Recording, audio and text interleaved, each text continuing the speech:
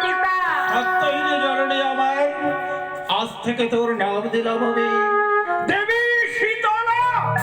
পিতা আমি তো তোমারই কন্যা পিতা। সত্যি তুমি যদি দেবতা হয়ে থাকো আমি তবে তুমি দেবী?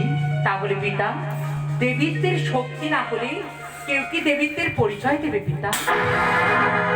তাই পিতা জন্মের সঙ্গে সঙ্গে নামের প্রয়োজন এবারে আমায় দিতে হবে ভক্তি পিতা।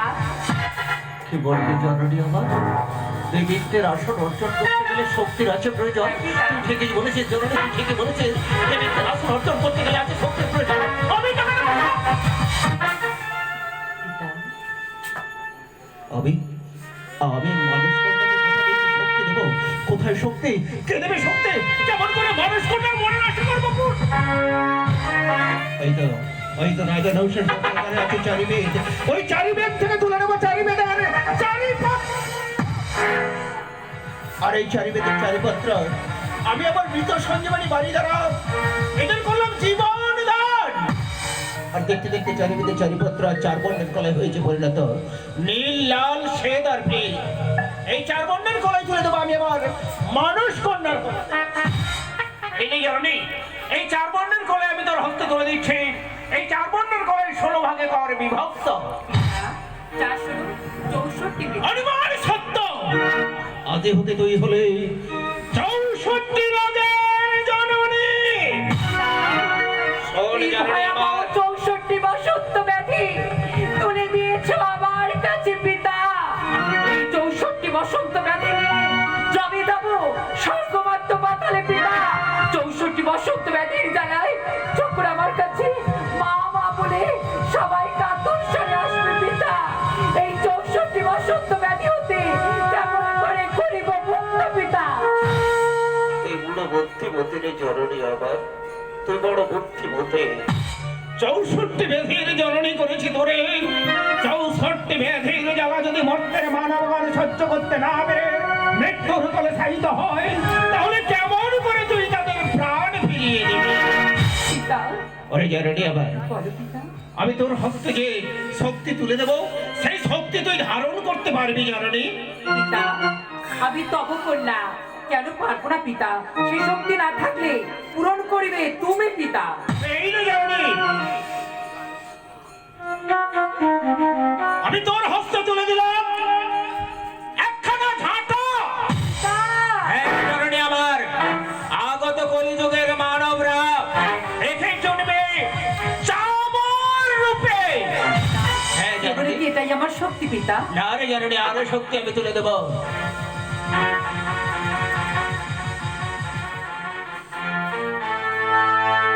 পিতা এইটা জননী, তোর কক্ষে তুলে দিলাম হেমে কুম্ভ।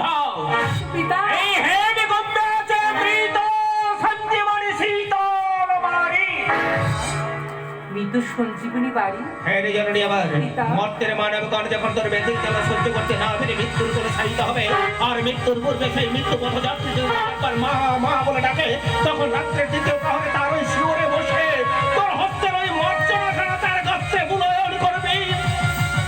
আর তোর কক্ষে তুলে দিলাম যে হেমে কুম্ভ, ওই হেমে কুম্ভের শীতল বাড়ি তার অঙ্গে ছিটিয়ে দিলে পুনরায় মৃত যাত্রী আমার তোকে মা মা বলে ডাকবে জননী আমার। পিতা শক্তি পেয়েছি পিতা, কিন্তু চতুর্দিকে বসে আছে কারা পিতা?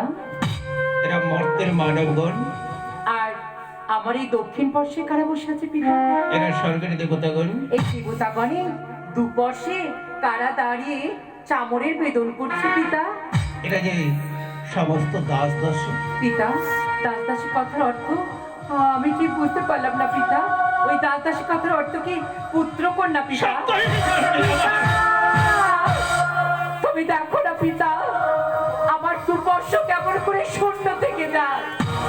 পিতা আমার দাস দাসীর প্রয়োজন আছে, আমিও যে পুত্র কন্যা পেতে চাই পিতা।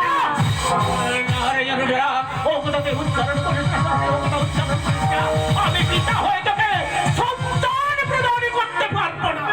কিন্তু পিতা ওরে জননী আমার, আমি যদি পিতা হয়ে তোকে সন্তান প্রদান করি, ওই স্বর্গের দেবতাগণ আমাকে দেবে সবাই বলবে পিতা হয়ে কন্যাকে সন্তান পিতা পিতা মাতাই সর্বপ্রথম পুত্র কন্যার মনো আশা পূরণ করে, তবে কি হবে না আমার আশা পূরণ পিতা?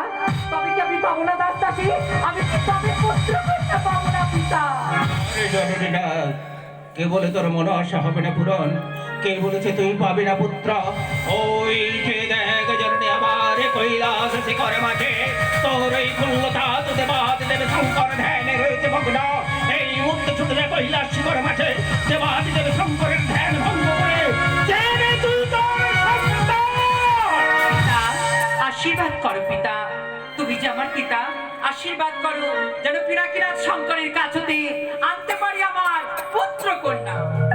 আশীর্বাদ করে তোর মনে আশা পূর্ণ হোক, পূর্ণ হোক, পূর্ণ হোক। তাহলে চললাম আমি সেই দেবাদিদেব ভোলানাথের কাছে পিতা।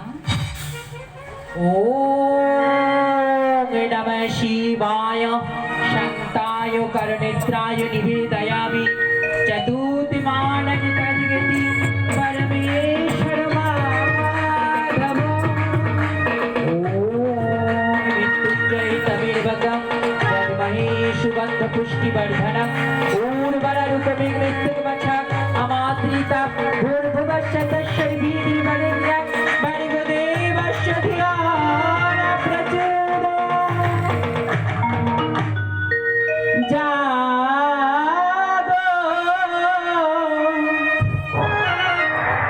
জাগো তুমি শঙ্কর জাগো, জাগো তুমি ত্রিপুরারি ওই ভোলা মহেশ্বর। জাগো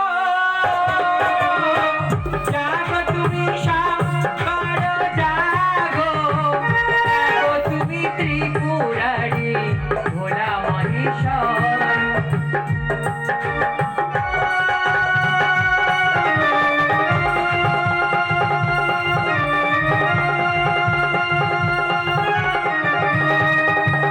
জাগো জাগো তুমি জাগো, জাগো জাগো তুমি জাগো, জাগো জাগো তুমি জাগো, জাগো জাগো তুমি জাগো। ওম নমঃ শিবায়, ওম নমঃ শিবায়, ওম নমঃ শিবায়, ওম নমঃ শিবায়।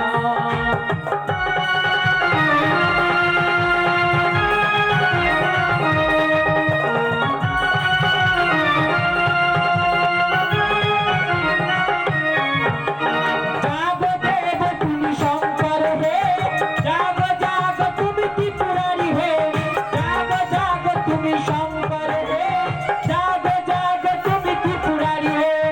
ওম নমঃ শিবায়, ওম নমঃ শিবায়, ওম নমঃ শিবায়, ওম নমঃ শিবায়।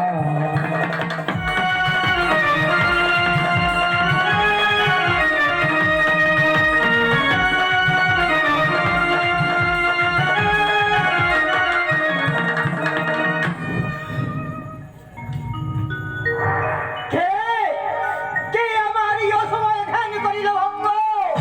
ওগো খুলল দাদু, আমি এসেছি ব্রহ্মার মানস কন্যা দেবী শীতলা। কি বললি মা? তুই ব্রহ্মারে মানস কন্যা দেবী শীতলা? হ্যাঁ খুলল দাদু, ওরে মা, এমন অসময় তুই আমার ধ্যান কেন করেছিস ভঙ্গ? তবে শুনতে চাও কিসের কারণে এসেছি কৈলাস শিখরে? আমি চাই পুত্র সন্তান। কি বললি মা? পুত্র সন্তান? বুঝেছি রে জননী, বুঝেছি। পুত্র সন্তানের মুখে মা ডাক শোনাই তোর বড়ই সাথ, তাই না রে মা? হ্যাঁ খুলল দাদু, তবে আজ আমার মনো আশা করো পূরণ। আমি চাই তোমারই কাছে আমি পুত্র সন্তান।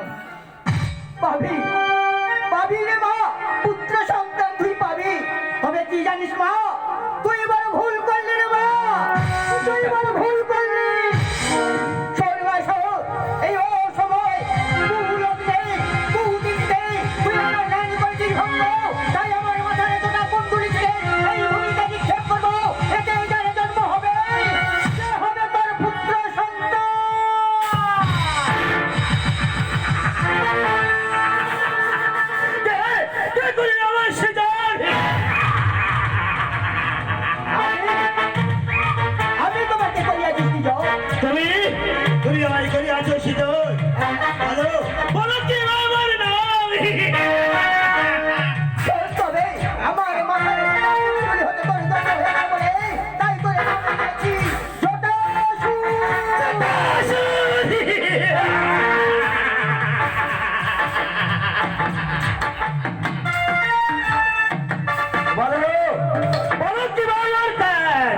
এই জটাসুর, তোকে সেজন্য করিয়াছি ওই মা শীতলার চরণে দাস হয়ে থাকার জন্য।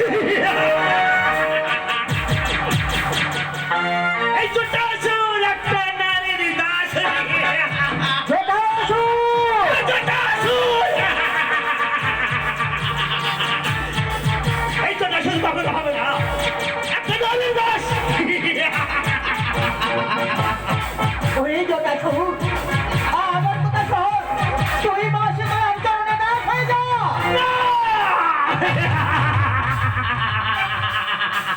এই জটাসুর কখনো হবে না, একটা নারীর দাস। এসো ভালোবেশ্বর, তোমাকে নিধন করে হবো আমি কৈলাসের অধীশ্বর। জটাসুর, তোকে সৃষ্টি করিয়াছি, তোকে করিব পতন। তাই হোক।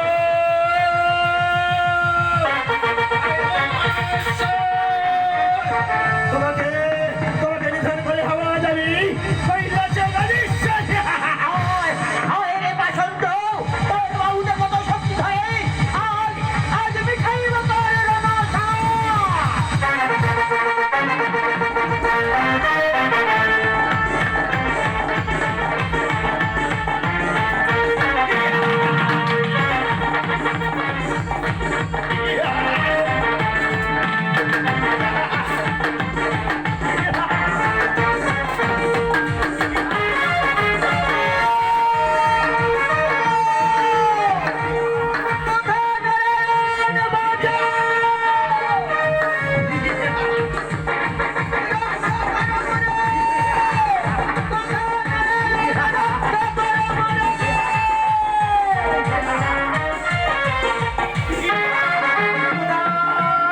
কোথায় পালাবে ভালোবেশ্বর?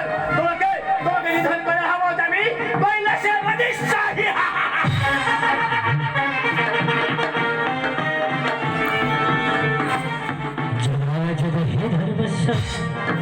पापहं भवति भारतं भक्तानां जत्किनं सम्भव